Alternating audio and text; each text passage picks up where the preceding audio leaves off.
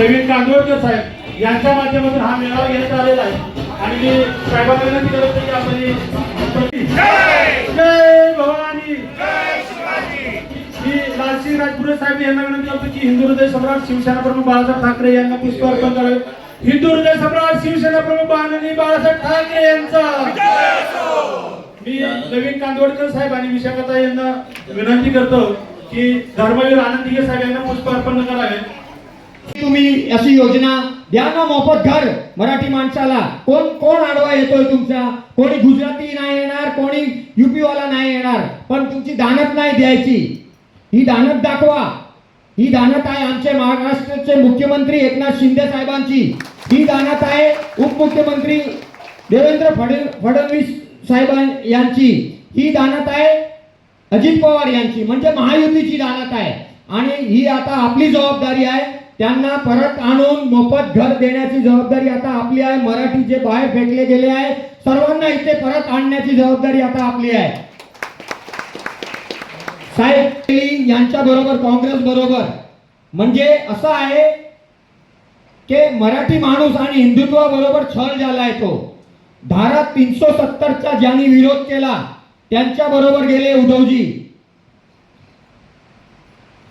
स्वातंत्र्यवीर सावरकरांचा जो विरोध करतो त्यांच्या बरोबर गेले। हा पक्ष आहे साहेब, शिवसैनिक एक आग होते, आग। त्यांना शंड करण्याचा पाप कोणी केला असेल तर उद्धवजींनी केलाय साहेब। क्रियाला प्रतिक्रिया देण्याचा काम होता शिवसैनिकांचा आजपर्यंत, परंतु आता ती विचार कुठेतरी धुमिळ झाले आहे। गांधीजींचे विचार काय?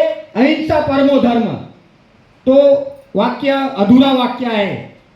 दोन महापुरुषांचा जन्म झालाय, एक हिंदू हृदय सम्राट बाळासाहेब ठाकरे साहेब आणि सुभाषचंद्र बोस। हे दोन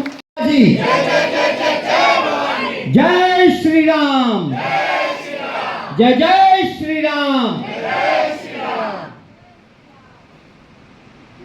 हे आपली जबाबदारी आहे आणि प्रामाणिक महायुतीपर्यंत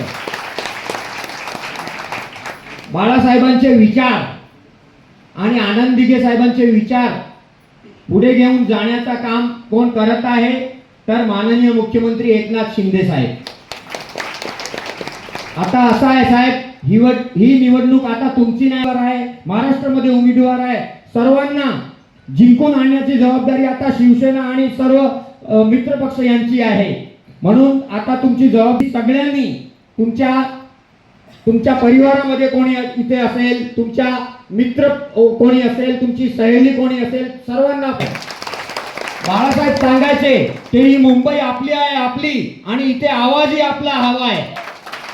तर त्याच्यासाठी मराठी माणूस इथे मुंबईत पाहिजे। 25 वर्षापासून या महानगरपालिकेच्या मार्फत शिवसेना पक्ष आणि हे सगळे मिळून म्हणजे मराठी माणसं चालू झाल्यानंतर जिथे जिथे अडचणी आल्या आम्ही ज्या वेळेस साहेबांकडे गेलो होतो, योगेश सागर साहेबांकडे, आमच्या समक्ष त्यांनी फील्ड बिल्डरला फोन करून धमकी देऊन रहिवाशांचं जर काम नाही केलं तर मी स्वतः रस्त्यावर उतरेन असं सांगितल्यानंतर तिथे आम्हाला आता रस्ता सुंदर प्रकारे बनवून मिळतोय। सगळे जेवढी पण कामं तिथे माध्यमातून करून घेतली। दुसरी गोष्ट 32 लोक आमचे 52 लोक आमचे अपात्र होते की त्यांना घर नव्हतं मिळत। आम्ही बिल्डर तो हात लटकून मोकळा झाला की ते माझं काम नाही, ते शासनाचं काम आहे। या लोकांनी कधीही निवडणूक लढली नाही साहेब आणि आपल्या विचाराशी तडजोड पण केली नाही आणि मी पण करणार नाही साहेब। कधी गद्दारी करणार नाही, महायुतीची करणार नाही, आपल्या धर्माशी करणार नाही आणि आपल्या पक्षाची करणार नाही। जय हिंद, जय महाराष्ट्र। धर्मवीर छत्रपती संभाजी महाराज की, भारत माता की।